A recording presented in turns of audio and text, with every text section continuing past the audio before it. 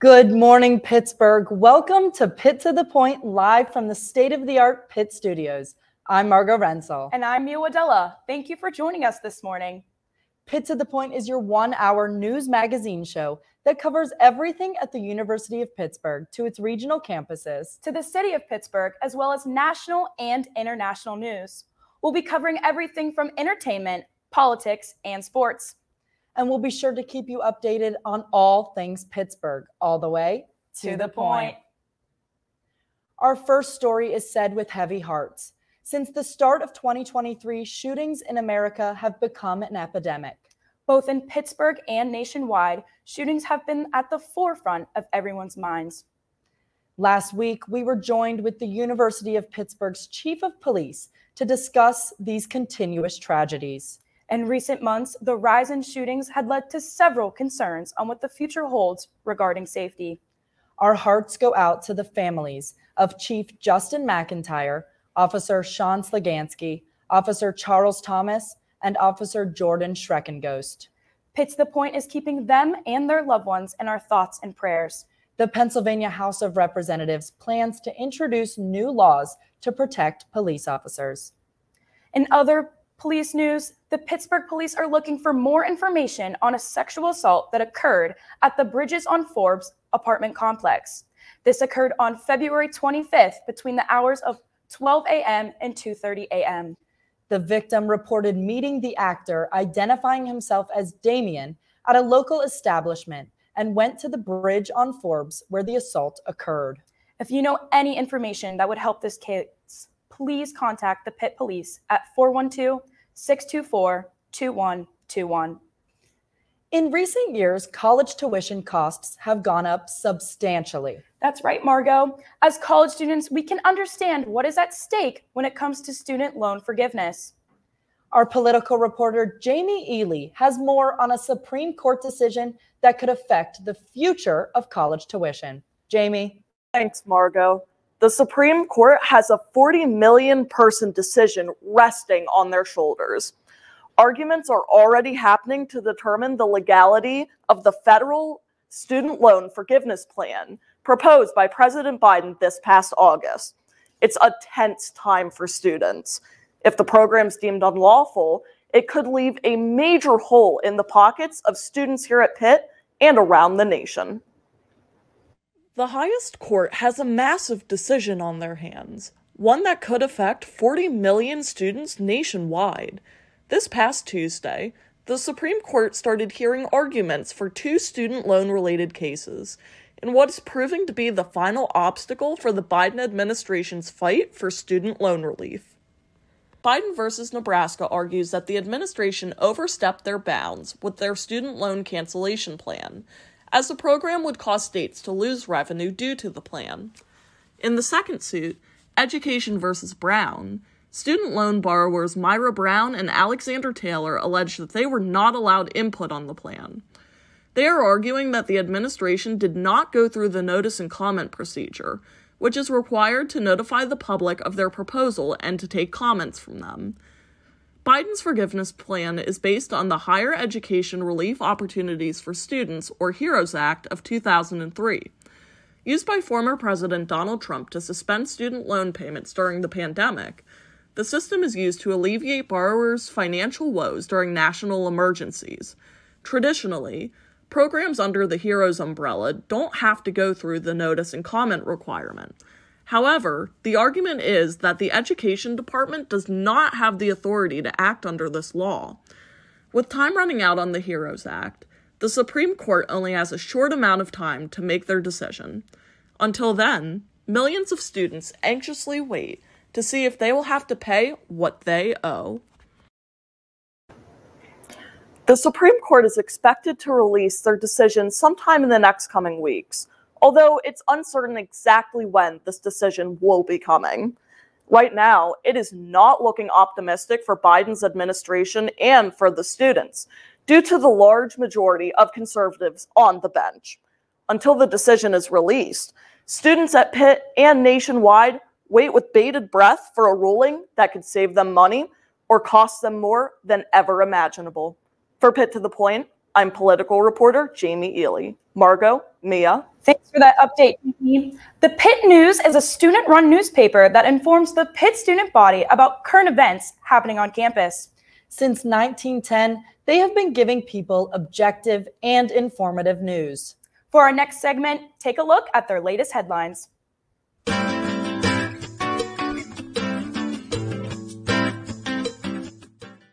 University of Pittsburgh alumni Roger White founded Stratus Firm, a production company that creates large-scale special events.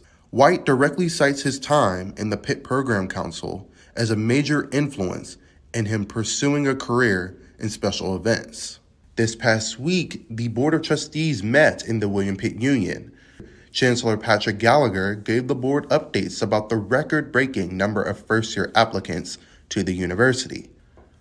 The Pitt Program Council has officially announced the headliner for this year's Bigelow Bash. Pop music artist Carly Rae Jepsen will hit the stage April 2nd in a free concert for all Pitt students. We try to pick articles that, people can learn something interesting, talk to new people, and kind of learn new perspectives. When Pitt Program Council announced that Carly Rae Jepsen was going to be the headliner at Bigelow Bash, I was so excited. I think it'll be a great opportunity for everyone to kind of get together and jam out and kind of reminisce back in the days where she was on the radio a ton. So, yeah. Updates on construction madness happening around Oakland and on Pitt's campus. That's not all, Mia. We also have an update on the Pitt women's basketball team and their ACC rankings when we return. We'll be right back, Pittsburgh.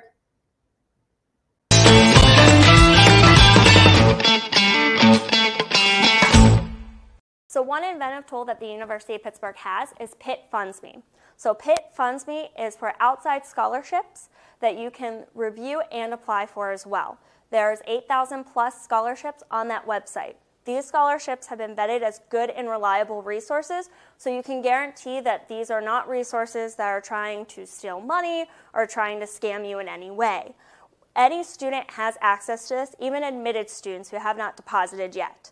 When you go into your my.pitt.edu, you'll want to search in the Ask Kathy box, Pitt Funds Me, and make sure instead of an S in Pitt Funds Me, you're going to put a $sign.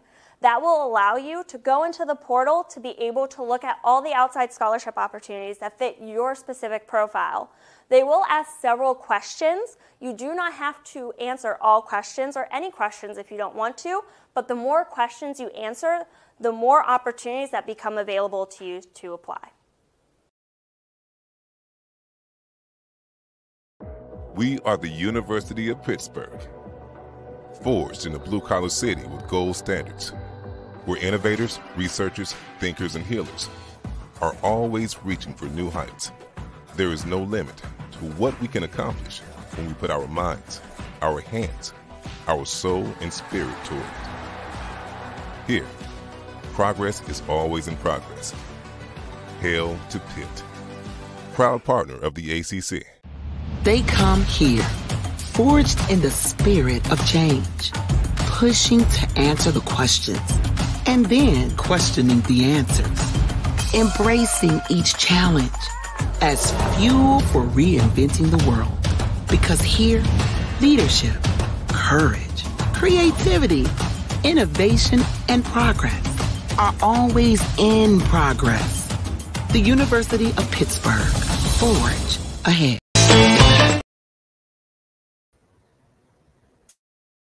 Have you checked out our website yet? Well, if you haven't, give it a look.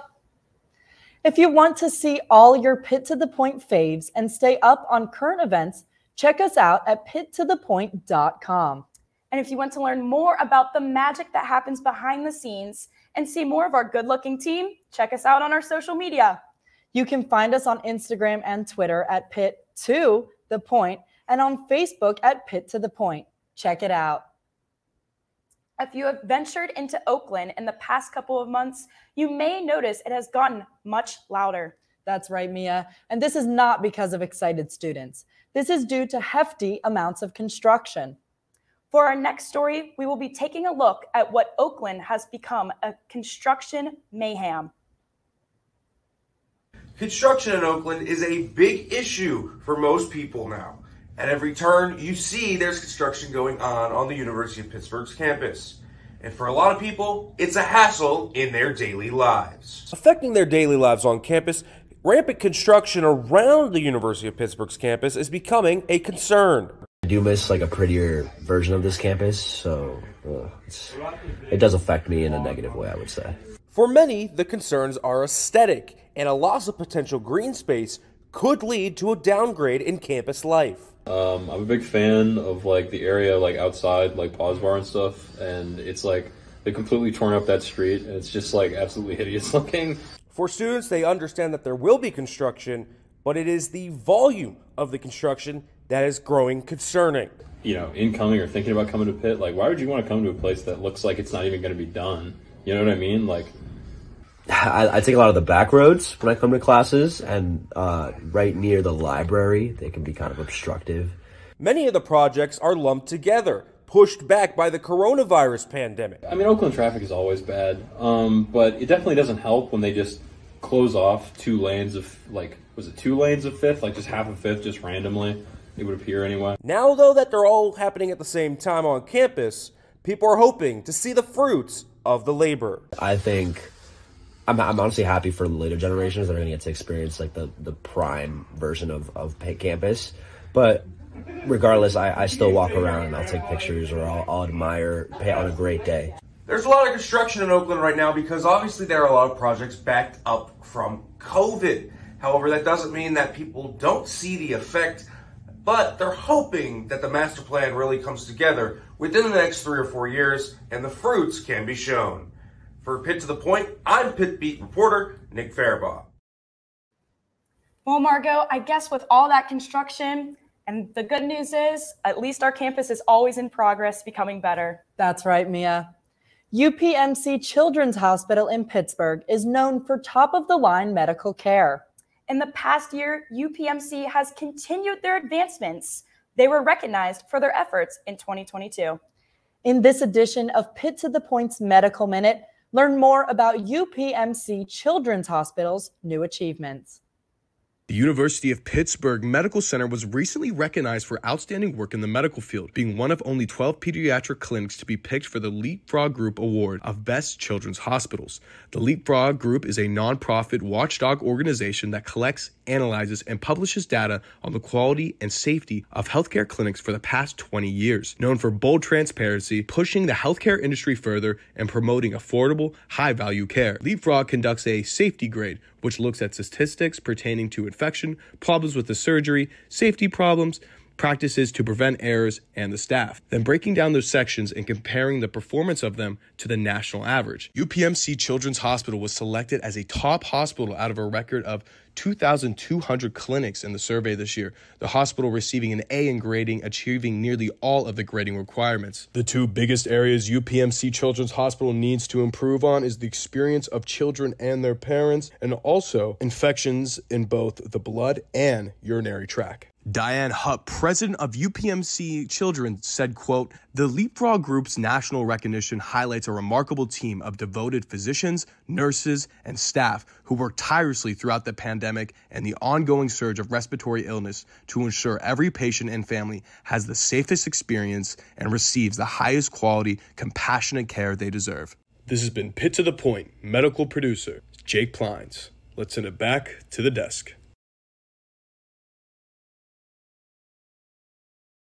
The Pitt women's basketball team traveled south this week to finish off their season at the 2023 Atlantic Coast Conference. Our Pitt sports reporter, Erin Clark, has an update on the Panthers. Erin? Thanks, Margot. The Pitt women's basketball team season likely ended Wednesday after a first-round ACC tournament loss to Clemson. The Panthers fell to the Tigers by a final score of 71-53. Pitt's shooting woes cost them all afternoon as they shot just 30.6% from the field. The Panthers were led by senior forward Amber Brown, who scored 16 points in the contest, while Daishanette Harris added 12. The ACC tournament takes place this year in Greensboro, North Carolina. Pitt came in as the number 15 seed after losing 3 of their last 5 regular season games. During his post-game conference, Panthers head coach Lance White discussed this tough loss and the difficult season for the team, but also complimented the seniors' resilience and their contributions to the program.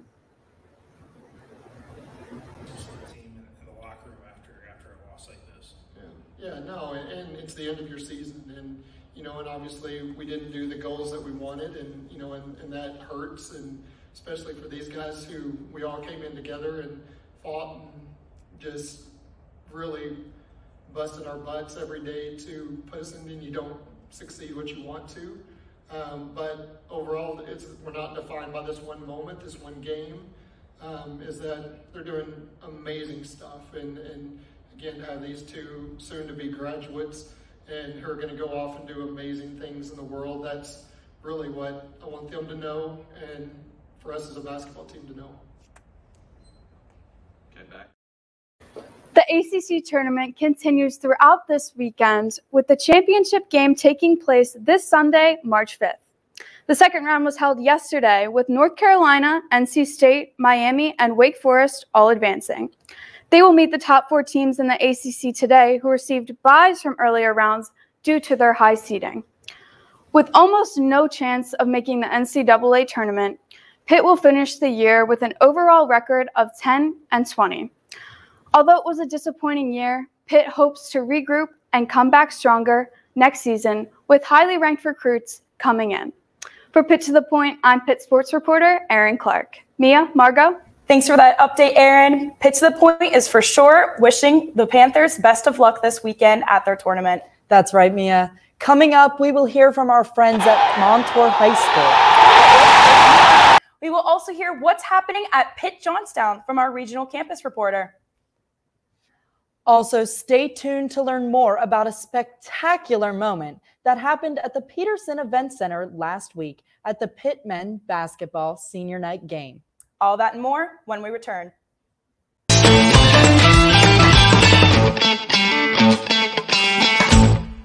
So one inventive tool that the University of Pittsburgh has is Pitt Funds Me. So Pitt Funds Me is for outside scholarships that you can review and apply for as well. There's 8,000 plus scholarships on that website. These scholarships have been vetted as good and reliable resources, so you can guarantee that these are not resources that are trying to steal money or trying to scam you in any way. Any student has access to this, even admitted students who have not deposited yet.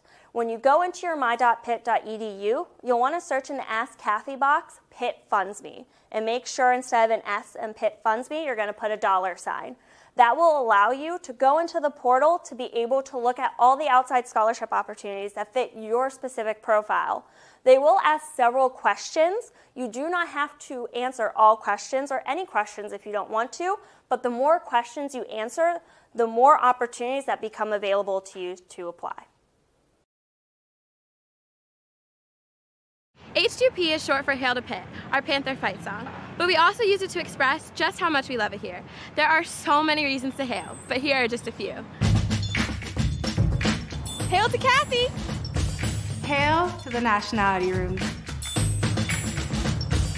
To WPTS Radio. Hail to Oakland. Hail to Shenley Plaza. Hail to Forbes Avenue. Hail to the towers. Hail to Cardiac Hill. To Hillman Library. Hail to the University of Pittsburgh. Hail to Pittsburgh. Hail to Heinz Field. Hail to Pitt.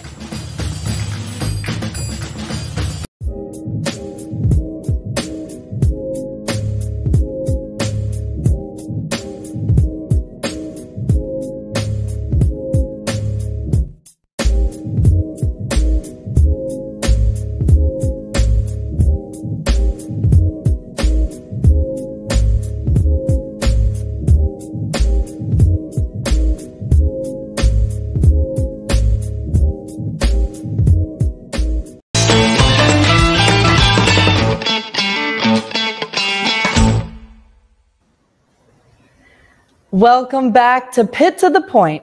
It is time for our college and high school news report. That's right. Today we are joined live with Montour High School. Let's take a look at what is going on with the Spartans over in McKees Rocks. How are you doing, Leah and Ella? Hi, Margaret and Mia. Thank you for having us on this Friday morning. The past few weeks, Montour has been experiencing an unwanted mess from some feathery friends. Geese at Montour High School are being relocated throughout the month of February. At the beginning of the 2022-2023 school year, Canadian geese flooded Montour's campus. Years ago, Montour sought advice from the Game Commission on how to handle the manageable amount of 40 geese on the campus. It was really annoying because for practice with marching band and track, we step in it all the time and our shoes get covered in it, and it's hard to run around it. Montour's administration takes true pride in the looks of their campus, and the geese droppings are interfering with the aesthetic that they are trying to uphold. Therefore, they called in the Geese Police. The Geese Police consists of a husband, a wife, and their 3 border collies. During each visit, the Geese Police come 3 times throughout the day, once in the morning, once in the afternoon, and once in the evening. The geese view the border collies as natural predators, leading the geese to believe that Montour High School is a dangerous place to stay.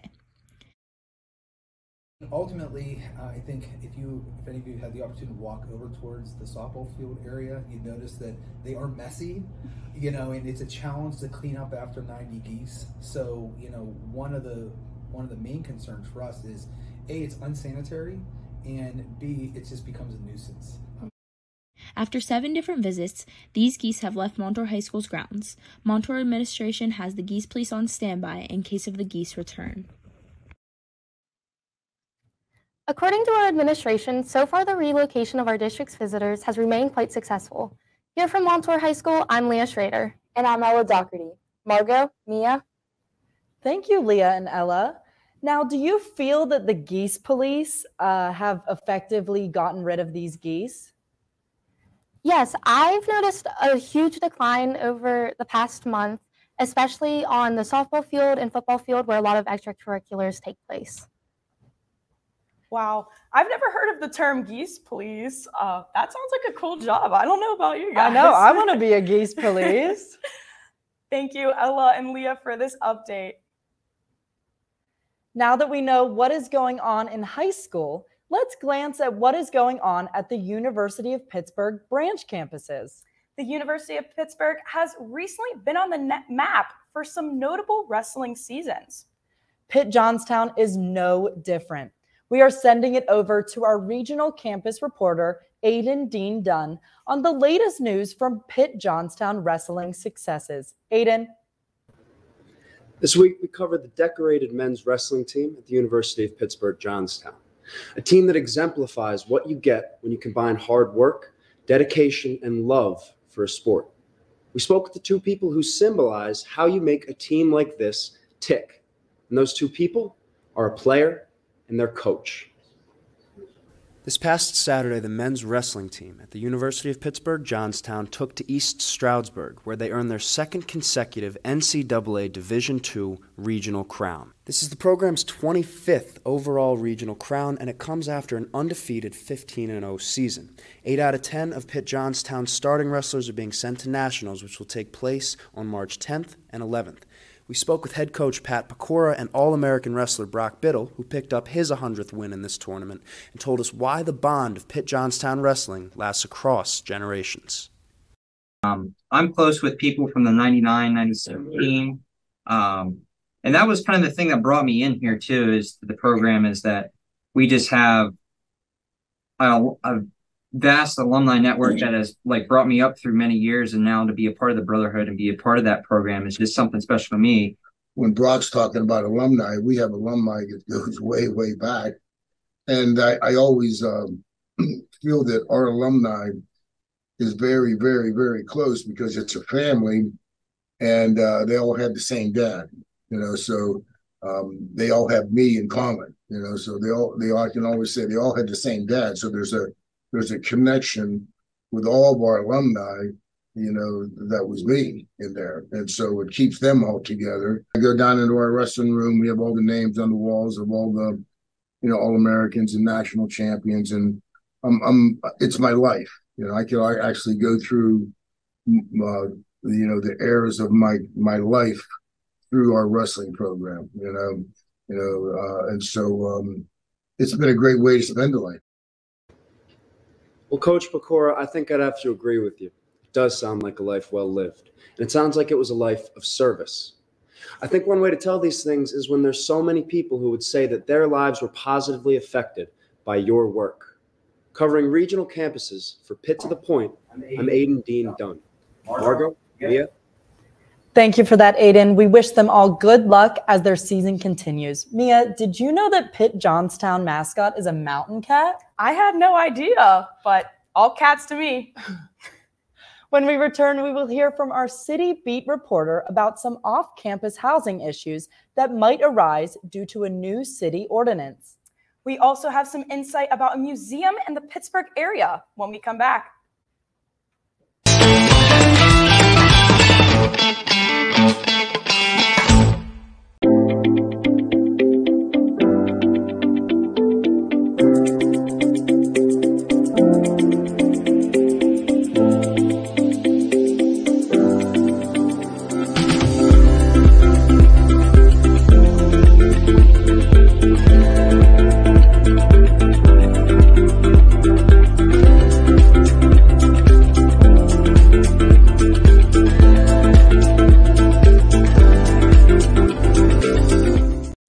They come here, forged in the spirit of change, pushing to answer the questions, and then questioning the answers, embracing each challenge as fuel for reinventing the world.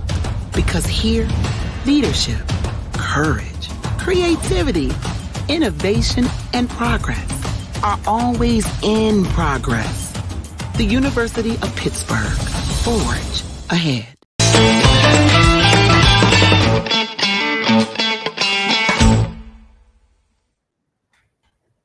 Welcome back to Pitt to the Point. We're so happy you joined us this morning. Pitt Tonight is the university's best and only late night talk show.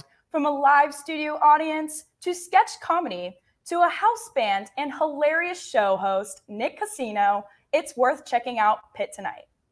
The guests for Pitt Tonight will be announced on their Instagram. People can find tickets by scanning the QR code on the screen or by going to their Instagram at Pitt Tonight.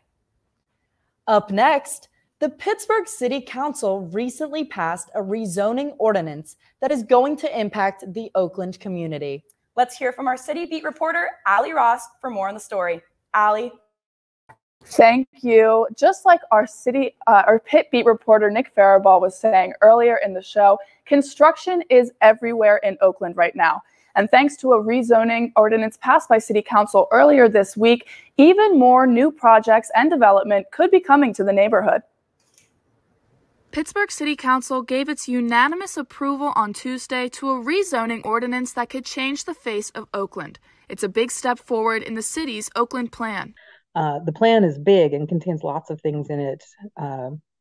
Principles, policies, programs, project is only just one little piece of it, of that whole larger plan. And it only is governing what it is that you can build where. The ordinance creates 3 new zoning districts to change the rules for development in Oakland. For example, in central Oakland, between Louisa Street and Dawson Street, developers can create more and taller multifamily housing, like apartment buildings, and they can put retail space on the first floor. The zoning laws also raise the maximum building height along Forbes and Fifth Avenue, as well as create new sidewalk standards and limit residential space in that area.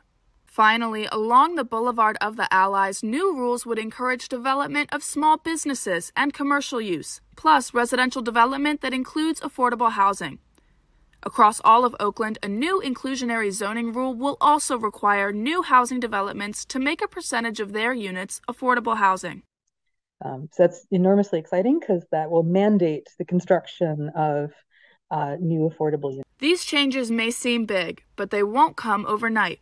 Zoning isn't a way of saying, and this shall be. Like, if you look at the map, it isn't to say that, like, starting tomorrow, we're going to bulldoze everything in central Oakland and start building, stuff which is 80 or 100 feet tall. It's more like, this is what you could do in here. Here are things that individual projects could look like. There's still a long way to go before the Oakland plan is finished, but proponents of the zoning changes say they will make Oakland a more accessible, livable, and equitable neighborhood, especially the addition of that affordable housing. For Pitt to the Point, I'm your City Beat reporter, Allie Ross. Margot, Mia? Thanks for that update, Allie. Pitt to the Point will for sure keep you updated on what the future holds for Oakland residents, especially Pitt students. For our Clubbing at Pitt segment, we highlight one club from the University of Pittsburgh that is creating social, professional, and academic opportunities for students on campus. This week, we are highlighting one club that supports foreign language knowledge. The Brazil Nuts Club gives students an outlet to practice their Portuguese with their peers. Aqui está! Oi, bem-vindos ao Club Hoppers. And I'm Elliot, and I'm here with Brazil Nuts. Woo! Ahoy!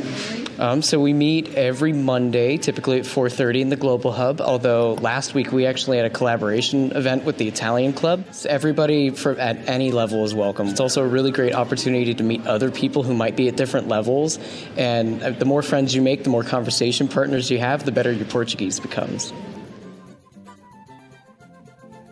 Ficamos perdidos em Montreal por, 3, 4 horas. Chegamos no hotel às 2, 3 horas da manhã e fiquei tão frio, menos 5 graus. Oh, meu Deus. E chegamos no hotel, eles falam, os trabalhadores no hotel, eles falamos que os quartos não estavam prontos. Então ficamos lá fora no hotel por... De madrugada. De madrugada, uns 45 minutos, no frio. How would I say, I want to go to... That's a long sentence. We could yell it. I want to go to Brazil for Carnival. Yeah, that's what I was thinking. Yeah, Is that... yeah, we can definitely Okay. do that.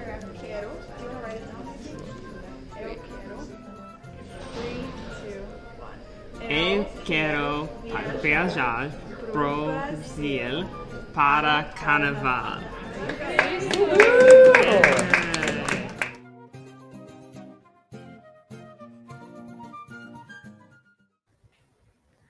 Obrigado.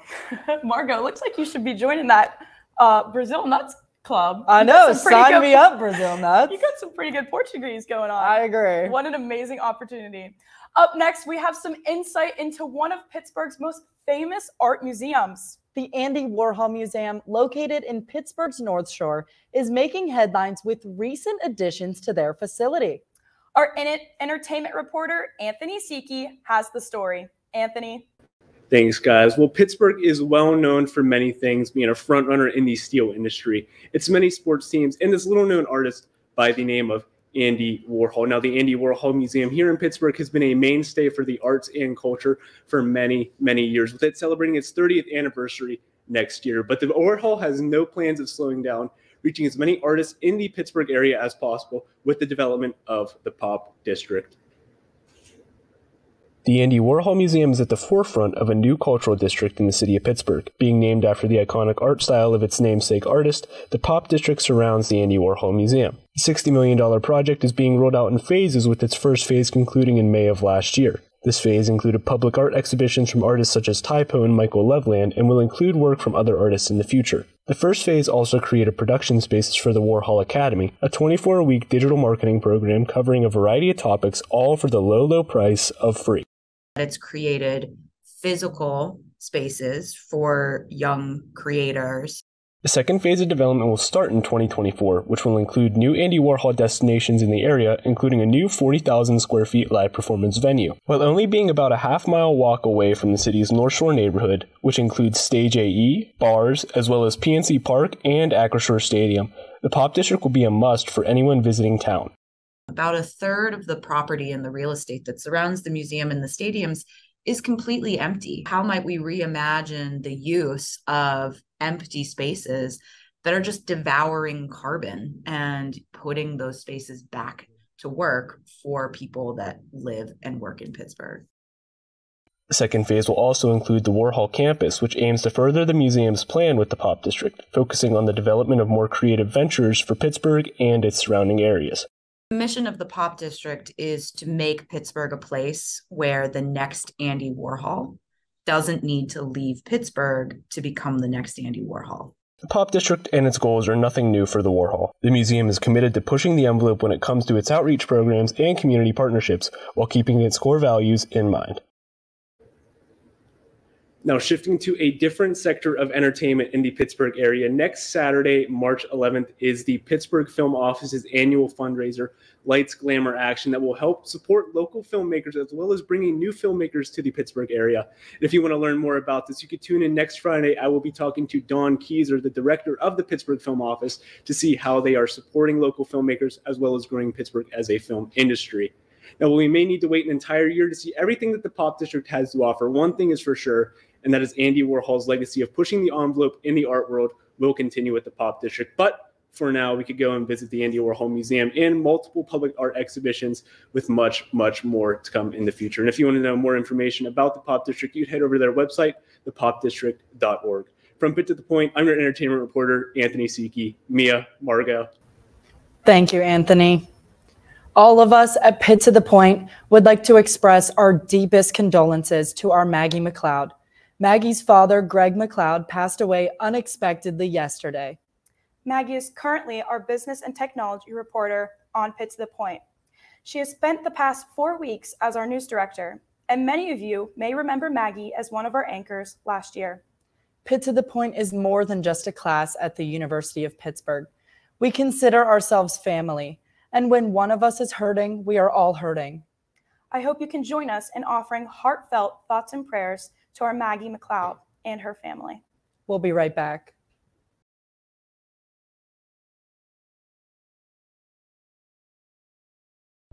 The University Store on 5th is more than a college bookstore. We are independently owned and operated by the university, and we've been that way for more than 100 years. The consistent campus support allows us to respond to the changing needs of our customers, provide personalized service and quality merchandise, support the university's initiatives, and represent Pitt with Panther pride. The U-Store has all the course materials that you need. Whether you want to purchase or rent your books, or you're interested in digital materials, we can help. Looking for the latest tech and accessories? We carry all the biggest brands. As an Apple authorized campus store, you will receive the best in educational pricing on your favorite Apple products. Plus, our repair center and student technical support are conveniently located in the store and are ready to get your tech back in working order. Visit us to shop the latest Pitt apparel, school supplies, and the largest independent book selection in the city, all without leaving campus. And when it comes to services, visit the Center for Creativity, which offers members of the Pitt community a space to engage their hands and minds. It's easy to shop online and pick up in store. We accept financial aid and Panther funds for your convenience. At the U-Store, we put pride in everything that we do so that you can put Panther pride in everything that you do. So stop by today and let us help you. Hail to Pitt! We are the University of Pittsburgh, forged in a blue-collar city with gold standards, where innovators, researchers, thinkers, and healers are always reaching for new heights. There is no limit to what we can accomplish when we put our minds, our hands, our soul, and spirit toward it. Here, progress is always in progress. Hail to Pitt, proud partner of the ACC.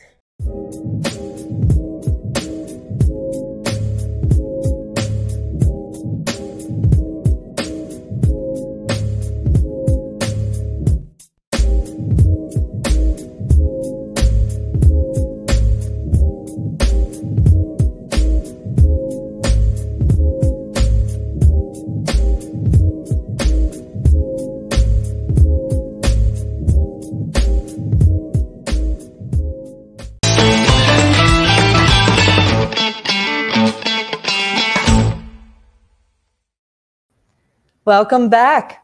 One competitive cheer team known as the Pittsburgh Superstar Supermodels has built quite the legacy in the city. What a name. Let's hear from our city sports reporter, Amelia Pearson, for more on these spectacular athletes. Amelia? Thanks, girls. These Pittsburgh Superstar supermodels, get ready to watch them strut, vogue, and pose. Now, let me tell you, these girls can stunt, tumble, jump, and dance better than anyone I've ever seen. Now, let's watch them rock that runway. Located in Cranberry Township, Pittsburgh Superstars is a competitive cheerleading gym that has been open for almost 2 decades. Supermodels, the gym's world's team, has finished with both bronze and silver medals at the World Championship. Owner and coach Amy Saffel-Nice-Warner told Pitt to the Point what makes her gym stand out. I really tried to focus on the athletes hitting their routines, and that's a win for us, and I just don't want them coming off the mat with any regrets. I have the anything's possible kind of mentality, so I believe it's in God's hands, and we just leave it up to Him. We try to do our best and believe and have faith and see what happens. Hopefully that will happen, but who knows? Only God knows. Supermodels athletes Sarah Fink and Brooklyn Loveless also mentioned their favorite parts about cheering at Pittsburgh Superstars. Teamwork seems like such a simple word, but there's so much to it. To me, it means that you can put your full trust into these teammates of yours. You could be going through the worst day of your life, but in your mind, you know, these people have your back. They're going to be with you no matter what, and they always support you. I think if we keep putting in the same work and keep hitting at practice like we have been, I think we'll have no trouble doing good and definitely completing our goals for the rest of the season and definitely at Worlds. So I have no doubt that we'll do great. To find out more about Pittsburgh Superstars and how to get you or your child involved, check them out on their website, pittsburghsuperstars.com, Facebook, Pittsburgh Superstars, or Twitter and Instagram at PGH Superstars. Now, supermodels will compete at the Cheerleading Worlds at the ESPN Wide World of Sports Center in Orlando, Florida, late April. They hope to add that gold medal to their collection and bring it back to Pittsburgh. From Pitt to the Point, I'm City Sports reporter Amelia Pearson. Mia, Margot? Thank you, Amelia. Did you used to cheer? Oh, actually, I did. I was a competitive cheerleader for 12 years. That's amazing. I was too. I'm going to have to find out when tryouts are. I want to see you guys on that mat. We'll be there. We'll be there. But I don't know if I could be a Pittsburgh Superstar supermodel, but a girl can dream. Oh, yeah. That was awesome seeing those spectacular athletes. Thanks for the story. No problem. Each week, Pitt to the Point has the honor of recognizing a University of Pittsburgh alumni that continues to impact our community and make Pitt proud. This week, our Pitt alum has been signing an incredible legacy. Let's look.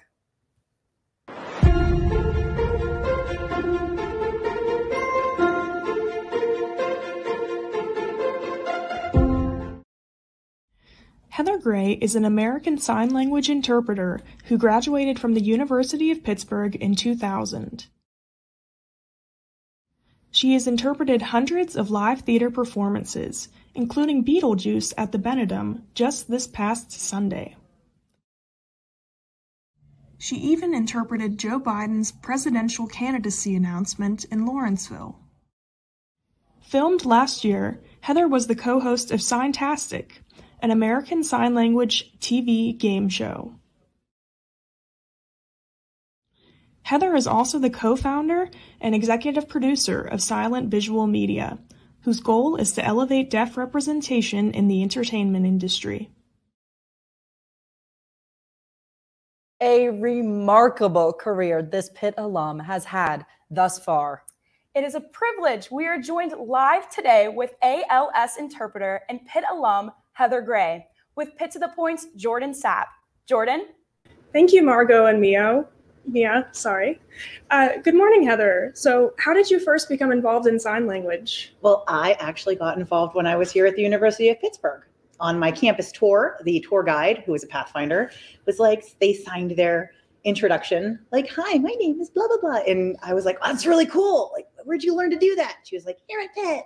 And so I came and I took classes, and my teacher, the late Karen Walkney-Mergenovich, was very adamant about everyone signing and really integrating into the deaf community. Even though we were not training to be interpreters, she trained us to be interpreters.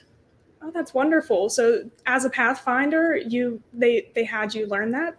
Well, that was that Pathfinder who led my tour did take a class. But then whenever I took classes when I became a Pathfinder, I was like, I'm going to do the same thing. So. Oh, that's wonderful.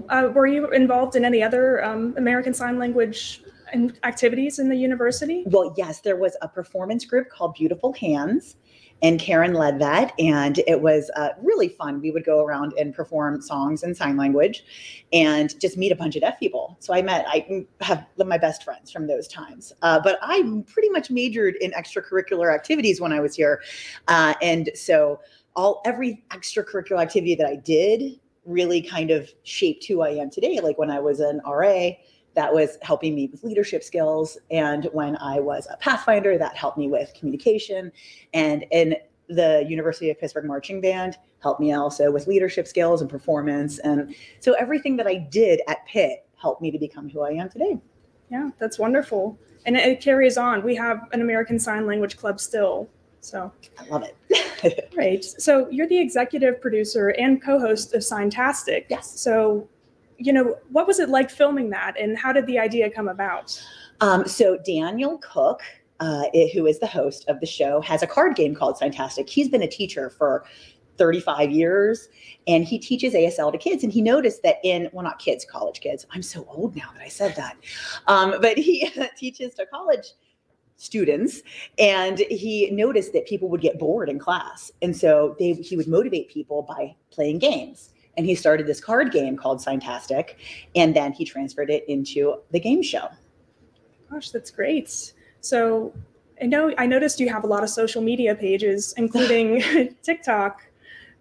So you have some pretty wonderful, funny TikToks on there. How do you come up with the ideas for those? Well, I've spent 30 years with deaf people and working in the deaf community and serving the community. And so I have like a lot of experiences and all of these things that happen. And it's not just one thing. So I'm not just saying that this one person did this. It's common themes that you see often. And we try to educate people through humor. But also we want to be sensitive to be like, listen, hey, when you're talking to a deaf person, talk to them. Don't talk to the interpreter, talk right to them. And no, a deaf person doesn't need an interpreter to drive them to their doctor's appointment. They went there on their own because they're an adult, and that's what they do. So we're really just trying to educate people and bridge the gap between the deaf and the hearing communities. Yeah. Oh, that's great. Thank you for your answer. And thank you for coming on set with us. So if you'd like to see more, keep an eye out for what Silent Visual Media has coming up next. And thank you again. Thank you. For Pitt to the Point, I'm your alumni segment producer, Jordan Sapp. Margot, Mia. Thank you, Heather and Jordan.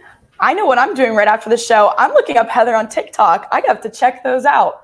Margot, didn't you take a sign language class? I sure did, Mia. This is my name in sign language. Nothing on Heather. Nothing on Heather. Show me how to do thank you. Awesome. We'll have to work on that. Thank you, Heather. Every year, the National Football League holds a scouting combine for potential players to get recognized by professional teams. That's right, Mia. This year, the NFL Scouting Combine has been taking place in Indianapolis. Over the week, players are tracked for running and other agility skills for prospects to observe. Now let's hear from Nick Fairball, live from the NFL Combine in Indianapolis. Nick. There are 6 Pitt Panthers here at the NFL Combine hoping to achieve their NFL draft dreams. Well, some Panthers took the field already yesterday, and Kalijah Kancey was the one that was the trailblazer.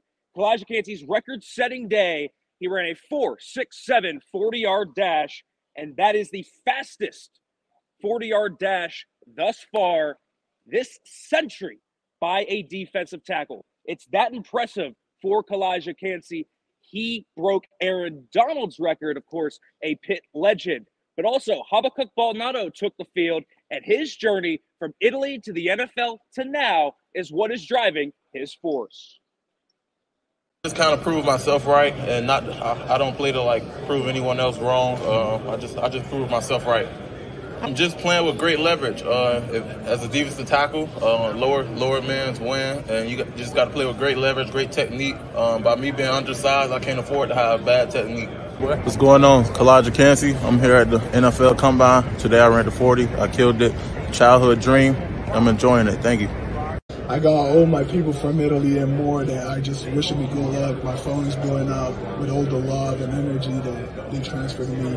So I'm really excited. I got the whole country on my back. I got to show what Italians can do. So I'll showcase that tomorrow. The thing that will help you the most is to stay grounded, take it day by day, and get better at something every day. So don't be overwhelmed like maybe you're behind some players and you try to get better 20% in one day. That's not going to happen. Sono pronto per il combine dell'NFL. While the Panthers will be at the Combine trying to help them, it's also a day for updates. And Bills GM Brandon Beane spoke and gave an update on the health of former Pitt safety Damar Hamlin. Obviously, he collapsed on the field in Cincinnati 2 months ago. However, he's now trying to get back on the football field.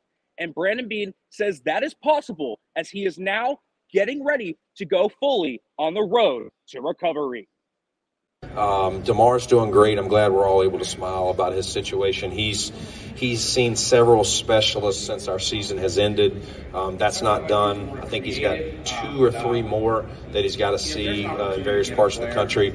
So far, all is well with his testing. And if he's able to get full clearance and he feels he's ready to do it, I mean, that's another big smile of a story of not that he's just got his life back, but he would have his football career back and have an opportunity to go back out there and play. And so we'll continue to support Damar through this whole thing. And again, I would love to give the storybook ending that he's definitely going to play, but we just don't know that yet. But if he does, we'll all be very happy for him.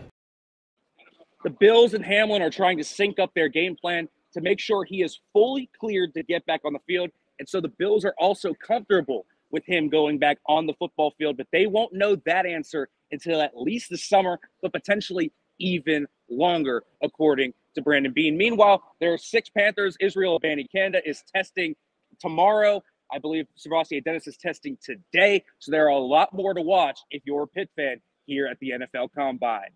For Pitt to the Point, I'm Pitt beat reporter Nick Fairbaugh, live from the NFL Combine. Margot, Mia. Thank you so much, Nick. We wish you the absolute best of luck with the rest of your weekend. And if you want to watch more of the NFL Combine, be sure to go to pittothepoint.com to watch the 40-meter dash.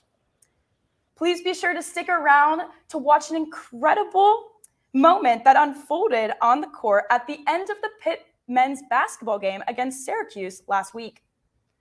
We'll be right back, Pittsburgh.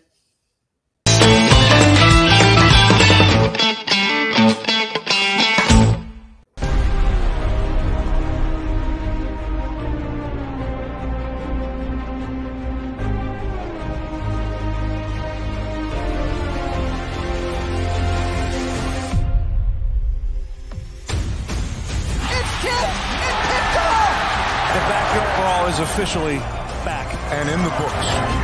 Stefanski just shoots and he scores. They're the winningest team in Pittsburgh history. Ball sent in. Sullivan, Pittsburgh, 1-0. Great strike, Michael Sullivan. Pittsburgh has a share of the ACC title in 2022. The record set by Tony Dorsett has been broken by Israel Abanikanda here. The Pitt Panthers are going into the next round for the first time in program history.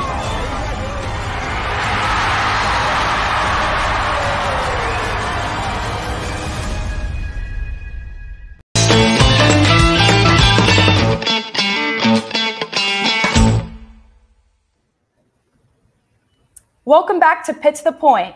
For everything from politics to sports, entertainment to medicine, Pitt to the Point is the place to be. I wouldn't want to be anywhere else, that's for sure.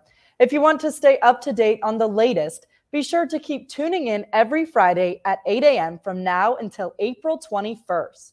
You can catch our show every Friday at 8 a.m. on the University of Pittsburgh's YouTube page. If you just so happen to miss it, never fear. You can see a replay of the show at noon every Saturday on CBSN KDKA's streaming platform. Pitt men's basketball team has had an historical 2023 season. On top of all of the team's success this season, one player finished off their Pitt basketball career with an exciting and emotional send-off at senior night. Let's watch this Panther Nation moment.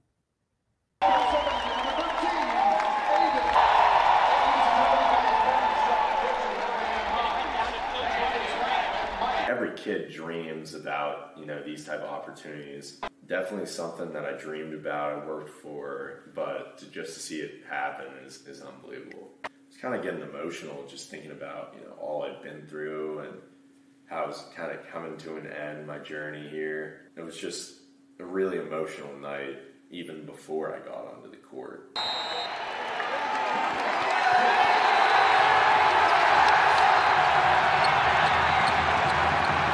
Once I got that ball and I scored it, that was when I really blacked out. I was running down the court just screaming with no regard for anything. Rebound with 20 seconds, back to Fish. Fish to the rim.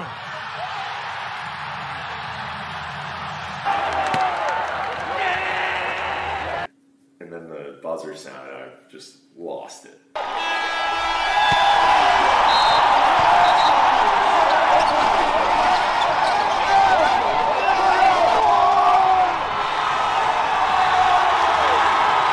Listen, all of you guys played off, but I got the game ball.